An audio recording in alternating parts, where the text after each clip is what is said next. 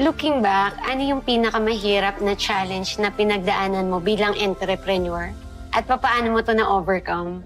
For me, the biggest challenge na na-overcome ko is nung na-feel ko na successful ako.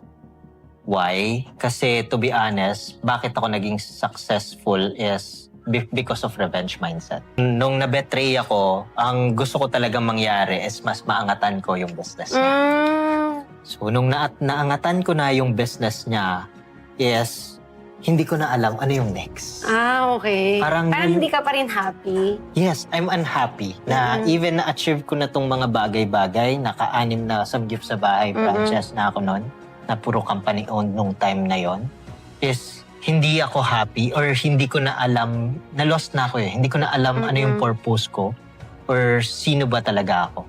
Kasi to be honest, lagi natin pinag-uusapan in terms of business is, or sa atin, is ano ba yung why mo? Or sino ba yung why mo? Yeah. Para kanino ka ba bumabangon? Sa kahit sa networking. Diba? Or para kanino ba yung dreams and goals mo? Pero madalas, ang nalilimutan natin kung sino ba talaga tayo. Which is for me, yun yung pinaka-importanting bagay before yung why natin. Yung tayo. Yung masayang tayo. Yung tao na tayo. Yeah. Diba? Kasi to be honest, as a business owner, minsan nagiging manhid na lang tayo eh. Or along the way, sa dami ng trauma, sa dami ng challenges na pinagdaanan natin, nawawala na yung identity natin eh. Diba? Hindi na tayo nagiging human.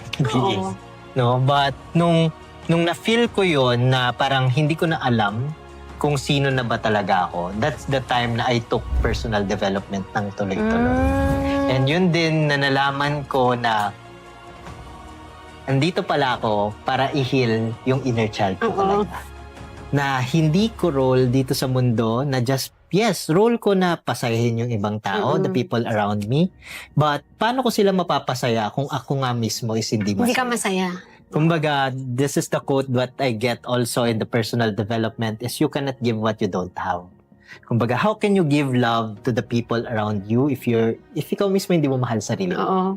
Number 2, how can you give happiness sa mga people around you kung ikaw mismo hindi masaya? Yeah. And number 3 is how can you give hope sa ibang tao if ikaw mismo is hopeless ka?